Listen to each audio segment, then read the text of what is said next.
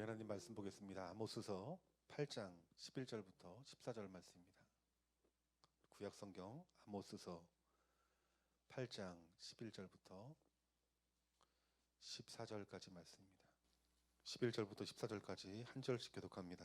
주 여호와의 말씀이니라. 보라, 날이 이를지라. 내가 기근을 땅에 보내리니 양식이 없어 주림이 아니며 물이 없어 가람이 아니요 여호와의 말씀을 듣지 못할 기갈이라.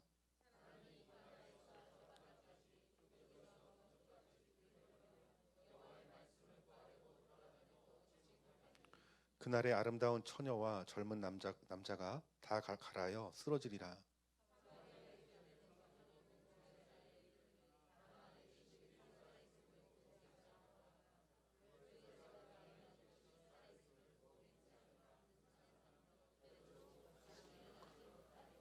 아멘. 오늘 아모스 8장 말씀을 통해서 심판의 전조증상 말씀의 기근이라는 제목을 가지고 말씀의 은혜를 나누기를 원합니다.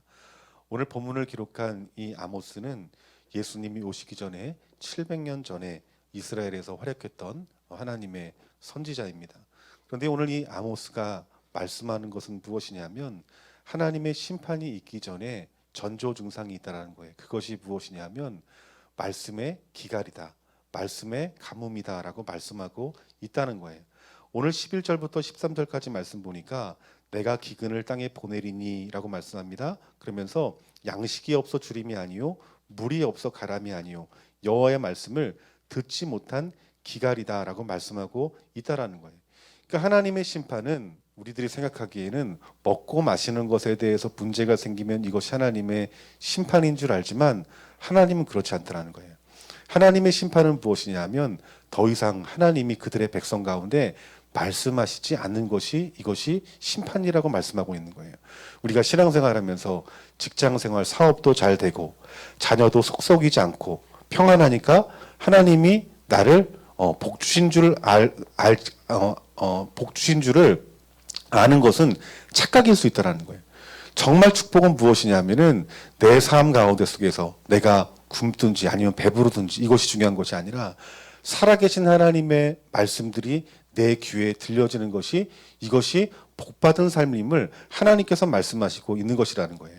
그러면 말씀의 가람이 무엇을 말씀하실까요? 여러분, 이스라엘 백성들이 그 당시에도 율법이 있었습니다. 하나님의 말씀을 들었어요.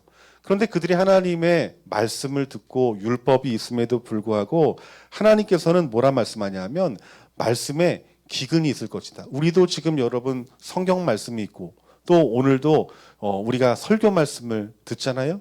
그런데 하나님 보시기에는 지금 이 자리가 기근일 수 있다는 거예요. 우리가 말씀이 있고 말씀을 듣고 보지만 이 말씀에 기갈이 우리 가운데 있을 수 있음을 말씀하고 있는데 시편 74편 9절 말씀에 이런 말씀이 있습니다. 우리의 표적이 보이지 아니하며 선지자도 더 이상 없으며 이런 일이 얼마나 오래는지 우리 중에 아는 자가 없나이다. 이 말은 무슨 말이냐면 선지자가 끊어졌다라는 거예요. 선지자가 끊어진 것이 무엇입니까? 선지자는 하나님 말씀을 대변하는 사람입니다. 하나님 말씀을 배워서 가리키는 것이 아니라 하나님 말씀하시면 전하는 거예요. 그런데 하나님이 말씀하시는 말씀은 어떤 말씀이냐면 그 시에 주시는 말씀입니다. 지금 이스라엘 백성들의 상황 아니면 지도자들의 상황, 백성들의 상황 가운데 속에서 하나님께서 그 시에 주시는 말씀을 전하는 자가 선지자라는 거죠. 위기가 있을 때 하나님께서는 그들의 백성들에게 선지자를 통해서 위기가 있다고 알리기도 하시고 또 선지자를 통해서 성경 말씀 보니까 만나야 될 사람들을 만나게 하시면서 또 그 만난 사람들을 그의 삶의 자리에서 구원하시는 하나님의 놀라운 은혜를 베풀기도 하셨죠. 그렇기 때문에 여러분 선지자가 끊어졌다는 거 하는 것은 무엇이냐면 하나님이 이스라엘을 버리셨다는 거예요. 이것은 정말 두려운 말입니다. 그러니까 이 말씀의 기근이라고 하는 것은 선지자가 끊어진 상황을 말씀하고 있다는 거예요. 선지자가 끊어져도 말씀이 끊어져도 그들에겐 여전히 먹을 것이 있고 마실 것이 있고 그러므로 평안하다 생각하지만 사실 그들의 평안함은 마치 시한폭탄과 같은 언제 그들에게 심판이 올 줄 모르는 절박한 상황인지 그들은 알지 못했다는 거예요. 두 번째 의미는 무엇이냐면 이사야서 6장 9절 말씀에 이 말씀이 있습니다. 여호와께서 이르시되 가서 이 백성에게 이르기를 너희가 듣기는 들어도 깨닫지 못할 것이요 보기는 보아도 알지 못하리라 하여. 즉 이 말씀의 기근의 의미는 무엇이냐면 영적으로 둔감해지는 상황을 말씀하고 있는 거예요. 하나님 말씀을 보고 하나님 말씀을 듣는데 깨달음이 없는 거예요. 변화가 없는 거예요. 우리들이 하나님 말씀을 들으면 그 말씀이 들린다는 의미가 무엇이냐 하면 말씀을 귀로 듣고 또 이해하고 또 그 말씀이 내 마음의 심령 가운데 받아짐으로 말미암아서 회개가 있고 또 결단이 있고 또 순종이 있고 또 믿음을 취하는 그 마음이 내 마음 가운데 부어지는 자리까지 가는 것이 하나님 말씀이 들려지는 걸 말하는 거예요. 그런데 하나님 말씀에 기근이 오다 보니까 말씀은 들어요. 설교는 들어요. 머리로는 이해되어지는데 내 삶 가운데 속에서 역사로 나타나지 않은 거예요. 이것이 바로 말씀의 기근이라는 거예요. 여러분, 기근이 오래가면 어떻게 됩니까? 기근이 오래가면 죽습니다. 영적인 것도 마찬가지예요. 영적인 기근이 길어지고 말씀이 들려지지 않으면 결국 우리들은 영적으로 죽을 수밖에 없고 육적으로 죽을 수밖에 없는 것이 바로 우리들의 현실이라는 거예요. 아모스 8장 12절 오늘 본 말씀에 말씀을 구하러 돌아다닙니다. 시편 74편 9절 말씀에 선지자의 이상이 없는지가 선지자가 보내어지지 않은지가 너무나 오래된 거예요. 이것이 무엇이냐면 하나님께서는 말씀의 중요함을 말씀하고 있는 거예요. 우리가 말씀 중요하다는 사실들을 여러분 잘 알 거예요. 근데 말씀이 왜 중요하냐면 말씀이 들려야 우리의 심령이 사는 것입니다.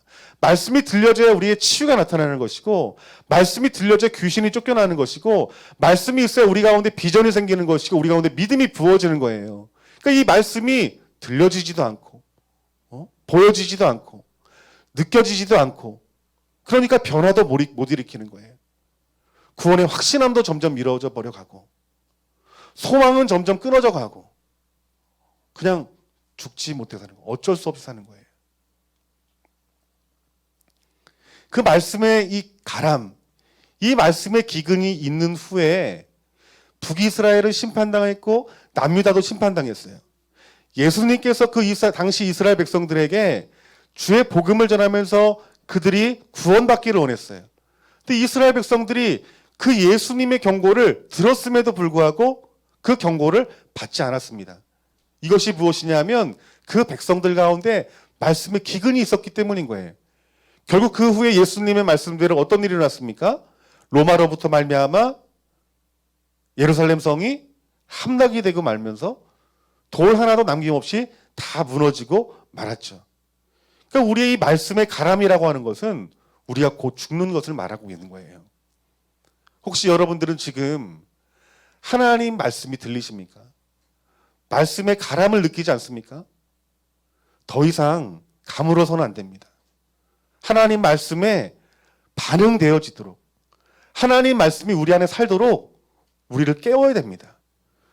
성령의 단비로 말미암아 하나님의 말씀이 풍족히 여러분의 삶 가운데 부어질 수 있도록 여러분이 하나님의 말씀을 사모하셔야 된다는 거예요. 그런데 성경은 왜 말씀의 기근이 오는가에 대해서도 오늘 아모스가 말씀하고 있는데 첫 번째는 아모스 전체를 보면은 영적으로는 극단적인 우상 숭배 가운데 속에서 말씀의 가람이 온다라고 말하고 있어요. 그들이 하나님 떠난 사람입니까? 아니에요. 하나님 안 떠났어요. 그들은 스스로 하나님 백성이라고 여기고 그들은 성전에서 예배도 드렸어요. 율법을 배우기도 하고 율법을 지켰어요. 그런데 문제는 무엇이냐면 하나님도 섬기고 우상도 섬겼다라는 거예요. 이것이 문제인 거예요. 성경 말씀에서 우상이라고 하는 것은 어떤 눈에 보이는 우상뿐만 아니라 보이지 않는 것도 우상이라고 말을 하고 있어요. 바로 물질도 우상이라고 말하고 있고 세상 사랑도 우상이라고 말하고 있어요. 그러니까 이 말은 우리가 우상 숭배를 하게 되면요 하나님 말씀이 들려지지 않습니다. 이건 진리예요. 여러분들이 세상을 사랑하고 또 물질을 사랑하고 물질에 붙들려 있으면 하나님 말씀은 절대로 들리지 않는다는 거예요. 세상 것에 쫓기면 하나님 말씀이 절대로 들리지 않는다는 거예요. 여러분 한번 생각해 보세요. 내가 지금 말씀이 들려지지 않고 은혜가 되어지지 않고 소망이 되어지지 않고 힘이 되어지지 않는 그 이유가 혹시 여러분 안에 우상이 있는지 살펴보셔야 된다는 거예요. 당시 이스라엘 백성들의 그 깊은 우상 숭배로 말미암아서 하나님 말씀이 들려지지 않는 기근과도 같은 상황이 그들 가운데 부어졌다는 거예요. 두 번째는 정치적인 문제입니다. 정치적으로는 유례 없는 부정부패가 있었어요. 왜 부정부패가 왜 좋지 않느냐? 물론 윤리적으로 좋지 않은 것이지만 이스라엘 백성들은 누구의 백성입니까? 하나님 백성들이에요. 그런데 정치를 잘못하면 누가 고난을 당합니까? 백성들이 고난을 당하죠. 이스라엘은 하나님 말씀으로 통치를 하기를 원하시는 하나님 마음이 있는 나라였어요. 그러니까 이스라엘 백성들의 이 정치 지도자들은 무엇으로 이스라엘 백성들을 다스려야 되냐면 하나님 말씀으로 다스려야 되는데 그들이 부정부패함으로 말미암아서 하나님 말씀으로 다스리지 않는 거예요.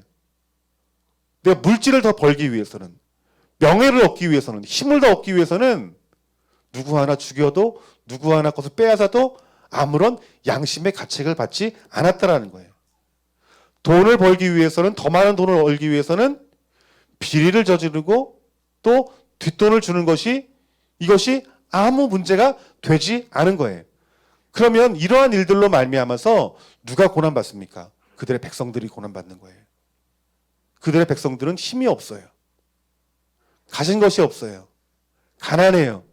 그 성경은 그들이 할 수 있는 것이 무엇밖에 없냐 하면 하나님 앞에 기도할 수밖에 없다라고 말을 해요. 그들이 어떤 믿음의 기도가 아니라 살 소망이 없기 때문에, 내가 할 수 있는 것이 아무것도 없기 때문에 하나님 앞에 절망하면서 탄원하는 거예요. 그것을 누가 보시는 거예요? 하나님이 보시는 거예요. 그들의 악함을 보고 하나님께서 더 이상 말씀하시지 않는 거예요. 하나님 분노하시고 하나님 진노하시면 말씀하시지 않습니다. 세 번째는요, 사회적인 문제가 있었어요. 그 사회적인 문제가 무엇이냐면 상도덕의 몰락, 속여서 팔고 거짓말하고 좋지 않은 물건을 좋은 것으로 여기고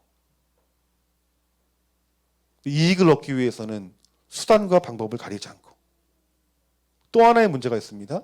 아모스에 말씀하는 게 무엇이냐면 사치예요. 사치. 우리 하나님의 자녀들은 하나님의 양식을 먹는 자들이에요. 자족하는 자예요. 하나님께서 이스라엘 백성들을 출애굽시키실 때 만나와 메추라기를 먹였어요. 이것은 무엇이냐면 하나님의 자원으로 살아가는 법을 그들의 백성들이 가리키기 위함이에요. 이 사치라고 하는 것은 어떻습니까? 어느 정도 내가 얻고자 하는 것들을 얻게 되면은 욕심이 없어집니까? 아니면 우리의 본성은 더 많은 것들로 사치하기를 원합니까? 더 많은 것들로 사치하기를 원해요. 여러분, 우리가 신앙생활하면서 사치라는 이것이 아무것도 아닌 것 같죠? 성경은 그렇게 말하지 않습니다.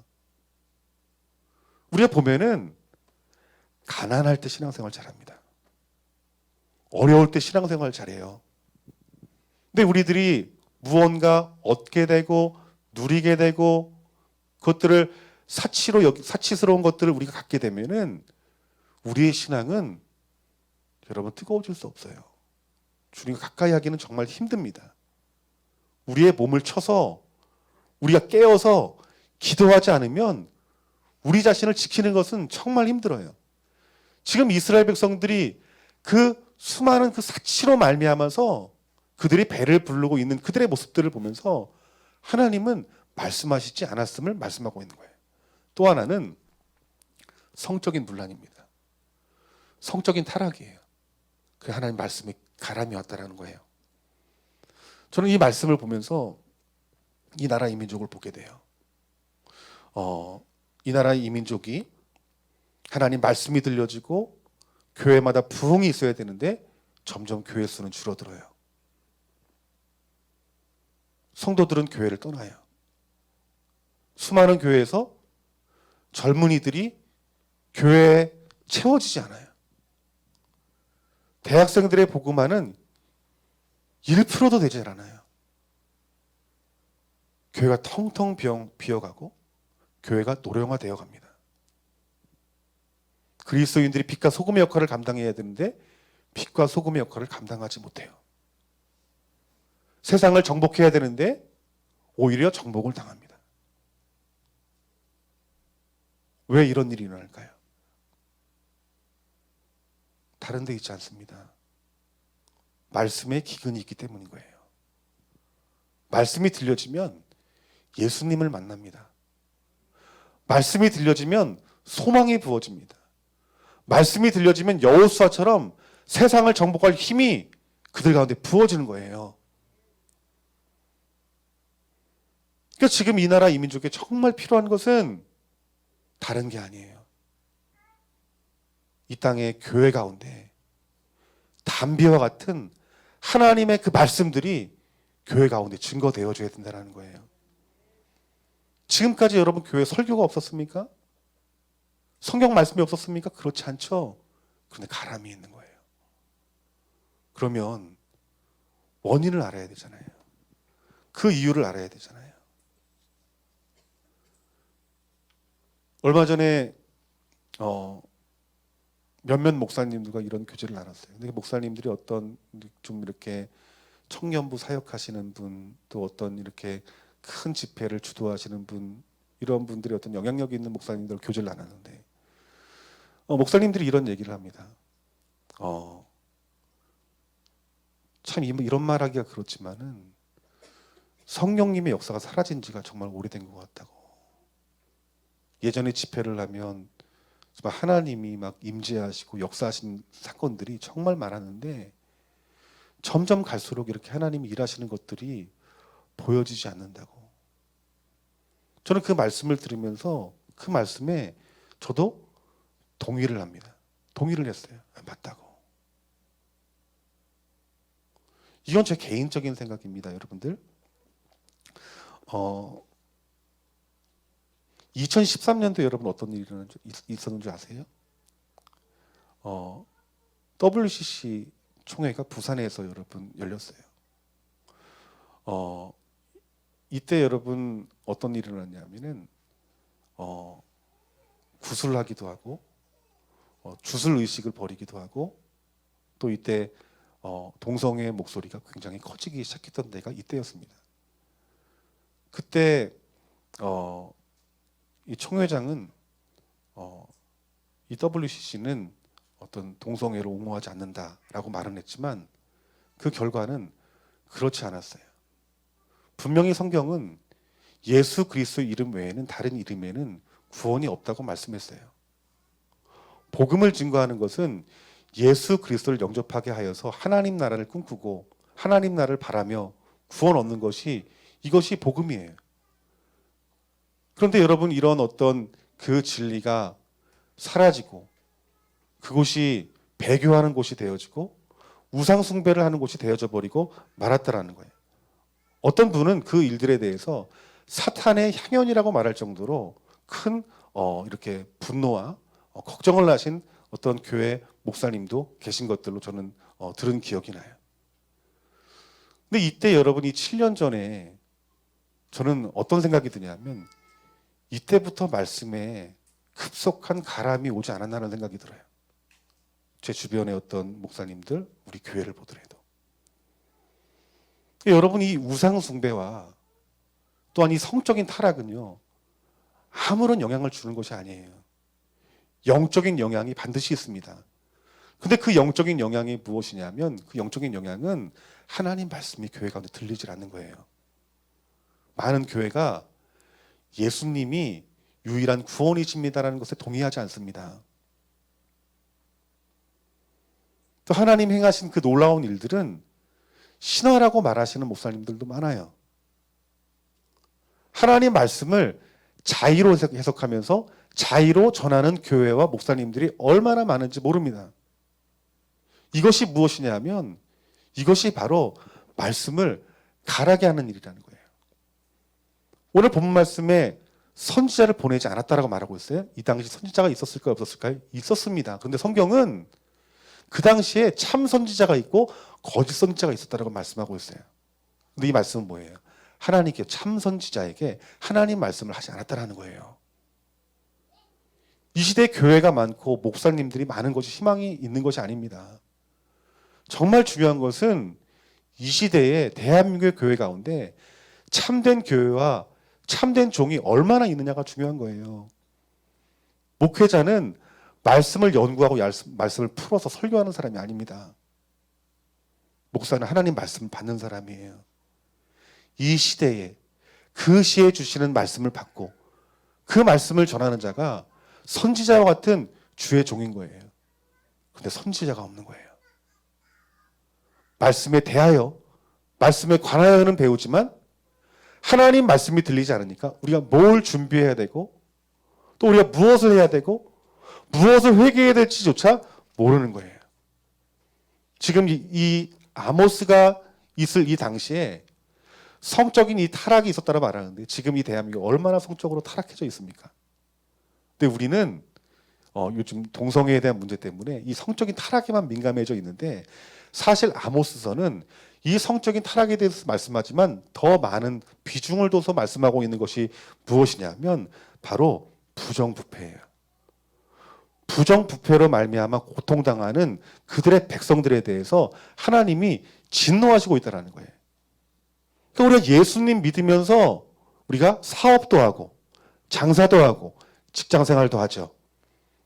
근데 우리가 사업하면서 조금 속이고 조금 거짓말하고 조금 남의 등을 친 거에 대해서 우리가 큰일이라고 여기는 성도는 아마 별로 없을 거예요.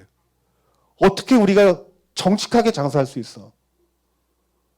어떻게 우리가 속이지 않고 우리가 장사할 수 있어? 그런데 이 동성애라는 부분은 굉장히 크게 보는 경향들이 우리 성도들 가운데 있다는 거 있어요. 그런데 오늘 이 아모스서는 물론 이 동성애도 하나님 앞에 큰 죄이지만 지금 이 본문 말씀 가운데 우리에게 집중적으로 하시는 말씀이 무엇이냐면 믿는 자들이 정치적으로 사회적으로 하나님 보시기에 악한 일들을 행했다라고 성경에서 말씀하고 있다라는 거예요. 백성들의 당연히 누려야 될 것들, 받아야 될 것들, 그것들을 주지 않고 속이고 빼앗아가고 자기 탐심을 이루고 사치하는데 그 모든 것들을 쓰고 세상의 소망을 갖고 그러면서 하나님의 백성이라고 하는 자들이 영적인 지도자라고 하는 자들이 이러한 죄들에 대해서 용인해 버리는 거예요. 이게 정말 무서운 죄입니다, 여러분들. 우리가 죄 없이 살 수 없잖아요. 어떻게 우리가 사업하면서 우리가 100% 정직하게 할 수 있습니까? 그 회사 망한다고 하잖아요. 최소한 우리가 가져야 될 마음은 무엇이냐면 오늘 본 말씀에 주시는 것은 무엇이냐면 이 악한 것들에 대해서 죄에 대해서 용인해서는 안 된다는 거예요. 아, 이게 죄인데 인식해야 된다는 거예요. 알아야 된다는 것이고 그런 안타까움 가운데 속에서 기도가 있어야 된다는 것이고 회개가 있어야 된다는 거예요. 근데 그들이 용인이 되어지니까 오늘 본 말씀 보니까 말씀에 가라앉이 온대요. 말씀에 기근이 오기 시작한대요. 말씀에 기근이 오니까 하나님 경고의 말씀이 들려지지 않는 거예요. 지금 여러분 신앙생활하면서 하나님께서 지금 여러분들 경고하시는 사람이 있어요. 이렇게 신앙생활하지 말라고. 근데 안 들리는 거예요. 우상숭배하고 탐심과 탐욕이 있고 사치가 있고 음란하면요 안 들리는 거예요. 왜 끝까지 하나님 말씀을 듣지 않고 불순종하게 되면은 점점 메말라지는 거예요. 메말라지면서 어떤 일이 일어나냐면 성경 말씀 보니까 자의로 살아가요. 성경 말씀대로 하면 자기 소견에 옳은 대로 살아가는 거예요. 하나님 백성이 하나님 말씀으로 한 사람 자기 소견대로 살아가는 거예요. 즉 하나님께서는 이 아모스를 통해서 이것을 경고하는 거예요. 말씀이 들리지 않으니까 자기 소견대로 살아가는 거예요. 우리 예수님 믿는 사람이 누구예요? 예수님 영접한 사람이잖아요. 예수님 주인으로 모신 사람이잖아요. 주인이신 하나님 말씀대로 살아가야 되는데 내 자유로 살아가는 거예요. 근데 우린 그렇게 살기를 원하시지 않잖아요. 나도 모르게 그렇게 살아가잖아요.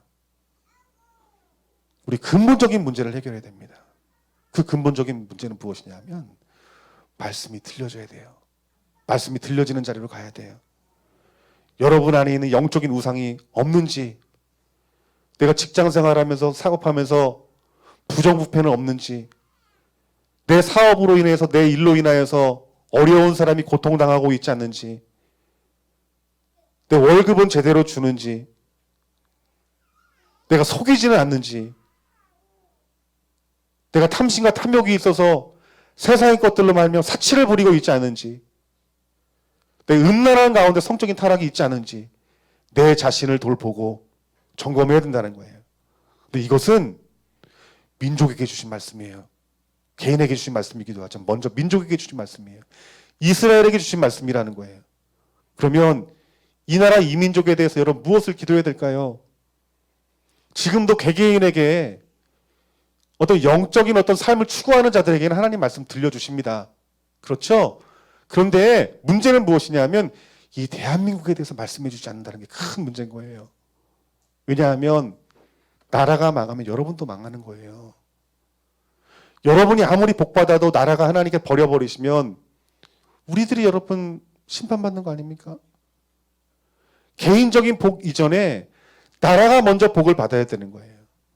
그러니까 우리 그리스도인이 희망인 것이 무엇이냐 하면은 이 땅의 우상 숭배에 대해서, 이 땅의 부정부패에 대해서, 이 땅에 여러분 상도덕의 몰락과 사치와 이 성적인 이 몰락, 이 동성의 여러 가지 이 죄들에 대해서, 포괄적인 차별금지법에 대해서 기도할 수 있는 것은, 하나님 마음을 돌릴 수 있는 것은 교회밖에 없는 거예요. 우리가 기도해야 이 나라 이민족에 대한 하나님 말씀이 들려지는 거예요.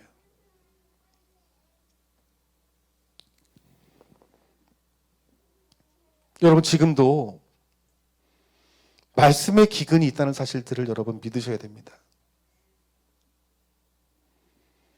우리 개개인을 보면 하나님 말씀이 들리지 않고 우리의 마음이 세상에 빼앗겨 버리게 되면 개인적으로 말씀의 기근이 와요. 들어도 깨닫지 못하고 보아도 알지 못하는 거예요. 이게 마치 미궁처럼 내가 신앙생활 이렇게 하면 안 되는데 하면 나도 모르게 따라가는 거예요. 이것은요 특이한 게 아니에요. 이것이 영적인 원리입니다. 이게 영적인 기갈이라는 거예요. 이런 사람의 특징이 무엇이냐면 감사가 없습니다. 삶에 대해 감사가 없어요. 또 하나는 예배가 없습니다. 예배가 없어요. 또 하나는 헌신이 없습니다. 왜냐하면 나를 위해 살아가기 때문에, 내가 주인이기 때문에 예배가 없고 헌신이 없는 것은 이것은 당연한 거예요. 그러니까 내가 지금 신앙생활을 정말 잘하고 있는 증거는 무엇이냐면 감사, 예배, 헌신만 봐도요 내 영적인 상태를 정확히 알 수 있어요. 교회적으로도 마찬가지입니다. 교회에도 말씀의 기근이 올 수 있습니다. 교회 안에 죄가 둥지를 틀고 있어요. 강단의 말씀의 능력이 없어지면 심각한 말씀의 기근을 당합니다. 그래서 예배는 있지만 하나님의 임재가 없어요. 교회 기도는 있는데 하나님 응답이 없어요. 성도들이 하나님 말씀을 들음에도 불구하고 깊은 회개가 없고 변화가 없어요. 이것이 무엇이면 교회에도 기갈이 올 수 있다는 거예요. 근데 정말 중요한 것은 앞서 말했던 것처럼 국가적인 말씀의 기근입니다. 이 국가적인 이 말씀의 기근에서 우리는 돌이켜야 돼요. 살려야 돼요. 세상이 점점 악해져 가요. 부정부패해요. 성적으로 타락해요. 근데 이 부분에 대해서 교회가 의식적이든지 무의식적이든지 동의하면 안 됩니다. 이게 가장 무서운 죄예요. 근데 지금 이 땅의 교회를 보세요. 동성애 옹호하는 교회 정말 많습니다. 퀴어 축제할 때 예배 드리고 합니다. 근데 어떤 감리교회 목사님이 그 예배에 설교를 했어요. 그 이제 교단 차원에서 그 목사님을 제명하기 위해서 재판을 하는데 그 목사님이 싹싹 빈 거예요. 내가 잘못했다고. 다시는 안 하겠다고. 그런데 그분이 또 문제를 일으킨 거예요. 그러니까 그 법정에서는, 그 교회법 안에서는 내가 다시는 안 그러겠다 하면서 또 그 일을 행하는 거예요. 그런데 이제 그 일이 있고 나서 어떤 한 목사님이 뭐라고 말하냐면 저 목사님 제명하면 내가 주례를 보겠다고. 이 얼마나 여러분 안타까운 일이에요. 이 교회가 어떻게 하는 거예요? 교회가 의식적으로 동의하는 거예요. 또 무의식적으로 동의할 수 있는 거예요. 뭣도 모르고 그래 차별 금지하는 건 이건 안 좋은 거지. 근데 이것이 일반 성도들의 역차별이 되는지는 모르고 그걸 무의식적으로 용인하는 거예요. 여러분 교회에서 어떤 분이 사업을 합니다. 근데 하나님 보시기 기뻐하는 일이 아니에요. 예를 들면 술을 파는 일이라고 생각해 보세요. 근데 이분이 헌금을 어마어마하게 해요. 그러면 목사가 어떻게 될까요?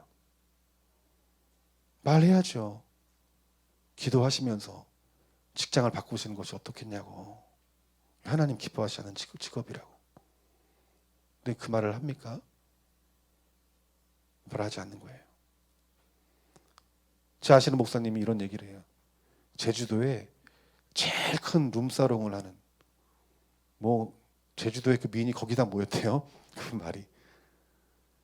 근데 그분이 제주도에서 그 룸사롱을 돈을 긁어 모은대요. 정관계 인사들이 그 제주도 안에서 엄청 많이 온대요. 근데 그분이 교회 다니시는 분이래요. 집사인지 뭔지 모르겠지만 그분도 안 돼요. 이 일하면 하나님이 싫어하시는 안 돼. 근데 그분이 뭐라고 말하냐면 내가 이 일 안 하면 내가 뭘로 돈 버냐고. 이미 돈을 많이 벌었을 거 아니에요. 근데 그 돈을 포기하면 예전의 삶을 못 누린다는 거. 이게 뭔지 아세요, 여러분들? 사치입니다. 한 번 돈 맛들이면 그것을 헤어나오기 힘든 거예요. 이게 정말 영적으로 중요한 부분인 거예요. 또 하나 뭐냐면 목사님이 아무 말도 안 하신대요. 그분이 하는 헌금으로 인해서 교회 넉넉해지니까 말을 못하는 거예요. 말을 못하는 거예요. 저희 교회에서도 그런 적이 있어요. 어떤 분이 하나님 보시기에 합당치 않은 일이에요. 헌금은 많이 합니다. 저희 교회가 이제 처음 시작할 때쯤이었는데, 근데 하나님이 계속 그런 마음을 주시는 거예요. 네가 가서 저분에게 그 하는 일에 대해서 좀 하지 말아라, 직업을 좀 바꿔라, 이런 말을 하라는 마음에 감동을 주는데 정말 힘들더라고요. 목회자로서. 목사가 가서 지금 하는 일 하나님 원하시지 않은 일이니까 하지 마시라고. 이거 하기가 쉽겠습니까? 목사가 말씀만 전하면 되지 왜 내 직장에서 이래라 저래라 하는 거야. 그런데 사실 신앙생활이라고 굉장히 영적인 거예요. 제가 그분에게 말했어요. 근데 그분이 뭐라고 말하냐면 지금 내가 이 일 안 하면 할 게 없다고. 1년 뒤에 또 말했어요. 진짜 하지 마시라고. 나 이 일 아니면 할 게 없다고. 근데 이 간증을 하는 게 뭐냐면은 그분이 그 일을 하다가 정말 공경에 처한 일이 생겼어요. 자세히는 말 못하겠지만 큰 어려움 당했어요. 내가 만약에 그 말씀을 전하지 않았다면 그 책임은 성경 말씀대로 저에게 당했을 거예요. 근데 교회가 제가 그걸 용인해 버렸다면 교회는 평안하겠죠. 그런데 무엇이 문제인 줄 아십니까? 더 이상 하나님이 저에게 말씀하시지 않았을 거예요. 한국 교회가 하나님께서 말씀하시지 않는 이유는 죄를 용인했기 때문에, 의식적이든지 무의식적이든지 용인했기 때문에 하나님 말씀이 들리지 않는 거예요. 이 땅의 교회들은 거룩해야 됩니다. 공평이 있어야 되고 정의가 있어야 돼요. 거룩이 있어야 되고. 제일 되는 첫째 계명이 하나님을 사랑하고 이웃을 사랑하라 말했습니다. 동성애도 큰 문제지만 더 중요한 게 있어요. 아모스에 말한 것처럼 이 땅의 교회 성도들이, 이 나라 이민족이 하나님의 정의와 공평이 있어야 된다는 거예요. 우리 교회 성도들이 정말 우리의 직장에서나 사업장에서나 하나님의 거룩한 기업이 될 수 있도록, 거룩한 직장이 되어줄 수 있도록 여러분들이 그 자리에서 기도하고 또 하나님 보시기에 합한 것이 있다라면, 우리가 이 바르지 않은 것이 있다라면, 하나님, 내가 이 사업을 하는데, 내가 이 직장을 다니는데, 지금 이것이 이 문제로 인해서 내가 어려움을 겪고 있고, 이것이 분명히 하나님 뜻이 아닌데, 하나님 내가 어찌하면 좋습니까? 하나님 해결해 주세요라고 기도한다라면, 우리 하나님 해결해 줄 수 있는 분이세요, 여러분들. 근데 용인하는 데서부터 문제가 있는 거죠. 근데 우리가 그 자리에서 우리가 하나님을 찾고 구한다라면 분명히 하나님께서는 그 문제에 대해서 해결하실 뿐만 아니라 그 기업에 복을 주십니다. 그 성도님에게 복을 주시는 거예요. 그러니까 우리가 정말 중요한 것은 의식적이든지 무의식적이든지 동조하거나 교회와 성도들은 용인해서는 안 된다는 거예요. 한 나라의 어떤 부정부패를 측정하는 눈금은 궁핍한 자들이에요. 그러니까 이 나라 이 민족이 더 가난해서는 안 됩니다. 더 양분화돼서는 안 돼요. 그런 정치를 잘 해야 되겠죠. 정직과 공평이 있어야 되겠죠. 우린 이를 위해서 기도하는 자들이 되어야 됩니다. 뿐만 아니라 이 땅이, 이 사회가 혼탁해진다 할지라도 우리들이 어떤 사명을 감당해야 되냐면 선지자적인 사명을 감당해야 돼요. 옳은 것은 옳지 않다라고 말할 줄 아는 사람이 되어야 됩니다. 그래야 빛이 되어질 수 있는 것이고 소금이 되어질 수 있다는 거예요. 그러니까 지금 우리가 이 말씀을 보고 우리 자신을 돌아보면요, 우린 정말 지금 기근 가운데 살아갈 수 있는 것을 기근 가운데 있다는 걸 알아야 돼요. 더 기근이 오래되어져 버리면 이 나라 이 민족이 어떻게 될지 모릅니다. 우리 교회와 성도들은 예수님을 닮아야 됩니다. 교회는 하나님의 공의를 더 힘있게 선포하고 어떤 사회의 부조리와 악에 대해서 적극적인 자세를 보여줘야 된다는 거예요. 두 번째는 교회는 그리스도의 사랑을 증거하는 곳입니다. 그 그리스도의 사랑이라는 것은 여러분 안에 그리스도가 계실 때 진짜 사랑이 증거되어진다는 것을 알아야 돼요.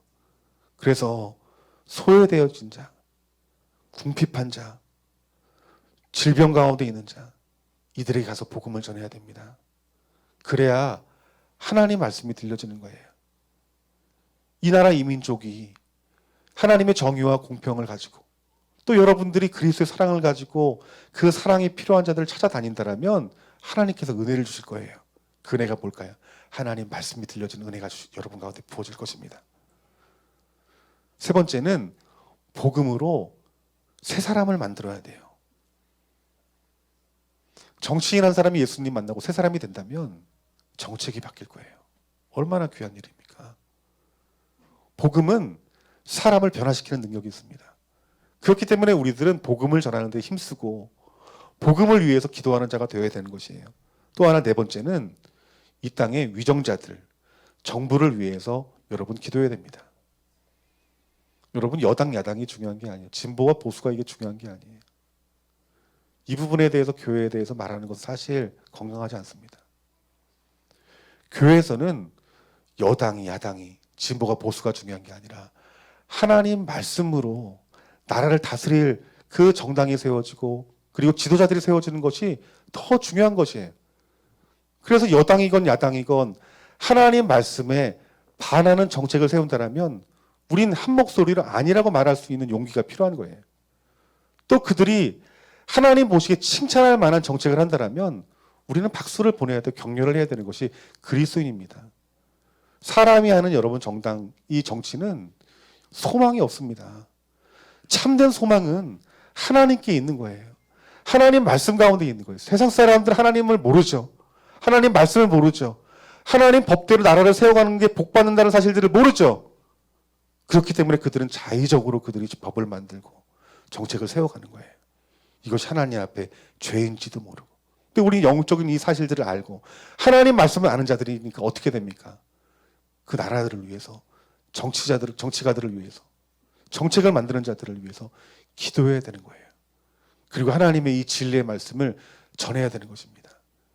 우리가 깨우지 아니하면 이 나라 이 민족은 더욱더 하나님 말씀이 들리지 않는 나라가 될 것이에요. 소망은 다른 데 있지 않습니다. 대통령에게 있지 않고 여러분 정치 지도자들 국회의원에게 있지 않습니다. 우린 그들을 탓하죠. 어쩌면 제일 먼저 탓을 해야 될 것이 교회일지 모르겠어요. 우리 교회가 이 하나님께서 말씀하신 이 법을 우리가 하나님이 정의와 공평을 세우고 또 하나님이 싫어하시는 어떤 정책들 또 부조리들 부정부패들 또 성적인 타락들 이것들을 용인하고 무의식적으로 받아들이는 교회가 더 문제일 수 있다는 거예요.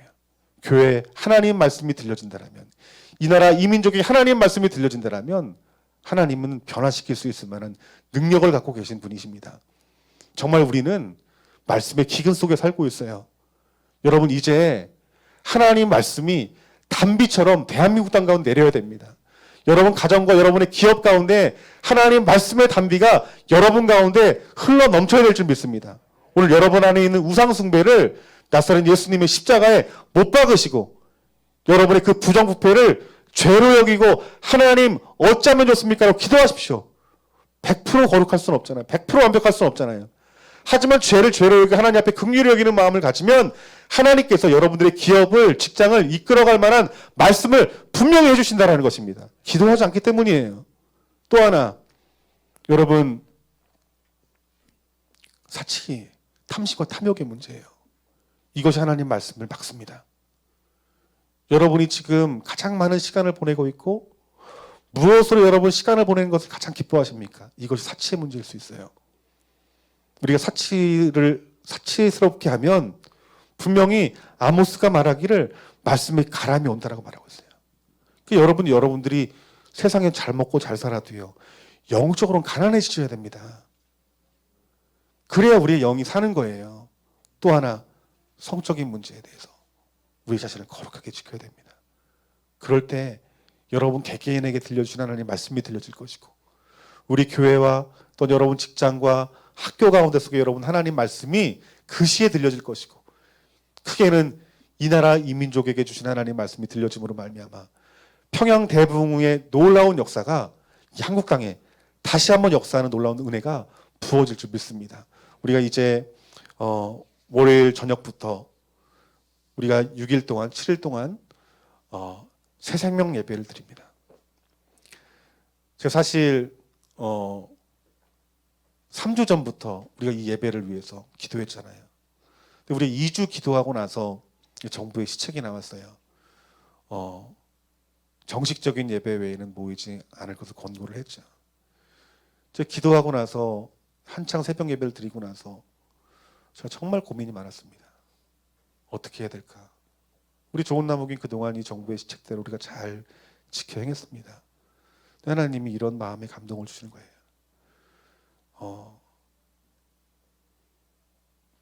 우리 성도님들에게 새 생명이 있어야 된다. 다시 살아야 된다.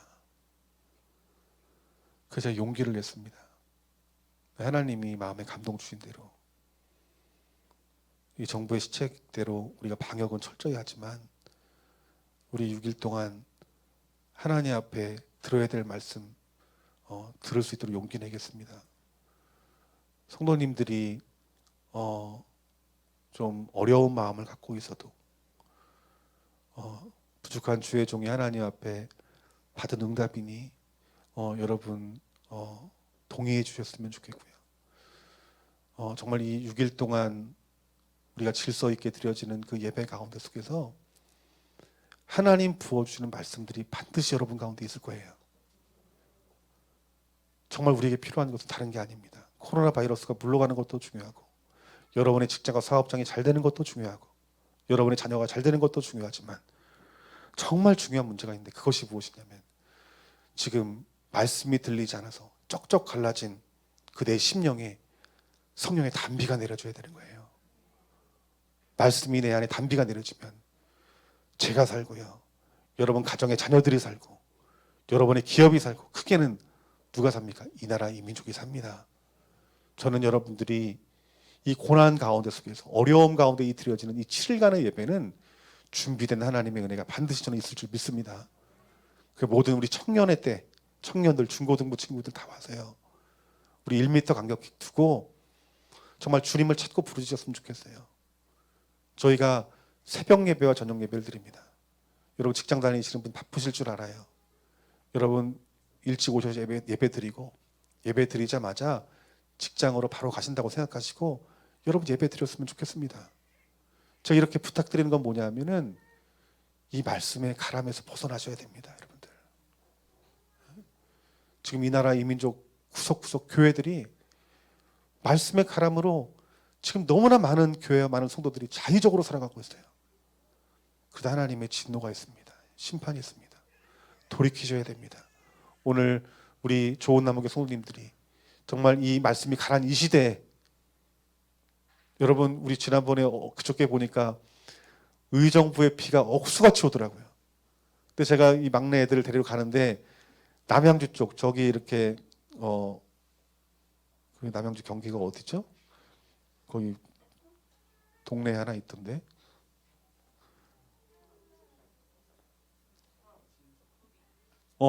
구리 딱 들어가자마자 해가 쨍쨍 뜨더라고요. 멀리서 보니까 의정부 쪽만 구름이 가득해서 비가 막 폭우가 오는 거예요. 제가 그거 생각하면서 여러분 이 나라 이 민족이 기근이 있어요. 근데 하나님께서 국지성으로 의정부 지역만 이렇게 비가 오듯이 우리가 주님을 찾고 구하는 갈망하는 이 자리에 분명한 하나의 특별한 여러분 폭우와 같은 말씀의 단비가 분명히 있을 줄 믿습니다. 여러분 믿음 가지시고 오셔서 여러분 은혜 받으시고 주변 사람들 데려오지 마시고 여러분만 오세요. 여러분만 은혜 받았으면 좋겠어요. 가정에 여러분만 사시면 여러분 자녀도 살고 부모 삽니다. 내가 중요한 거예요. 내가 말씀이 부어지면요 나로 인해 생명이 증거되어지는 것이니까 우리 자녀, 우리 청년들 한 자리에 모여서 우리 하나님 앞에 은혜 받고 정말 오고 싶은데 차가 없으신 분들은 교회 자는 것도 안 되면 우리 국장님들한테 말씀해 주셔가지고 좀 차량 좀 운행 해달라고. 그러면 아마 운행하실 분들이 여러 분 계실 것입니다. 그 중에 황 집사님도 계실 거고. 아니 절에도 갈 테니까 여러분은 꼭 은혜 받는 자리에 오셔가지고 정말 말씀의 단비가 우리 좋은 나무 교회 가운데 부어져서 여러분이 새 생명을 얻고 주님 말씀이 들려짐으로 말미암아서 여러분이 질병에 고통당할 때 치유함 받고 내 마음이 외로울 때 주님의 위로하심을 받고 자녀가 속썩일 때 하나님께 자녀를 만지시는 하나님 음성이 들려지는 그런 놀라우신 하나님의 축복이 하나님 말씀으로부터 들려지는 귀한 은혜가 부어지길 주님의 이름으로 축원합니다. 우리 시간 다 같이 기도해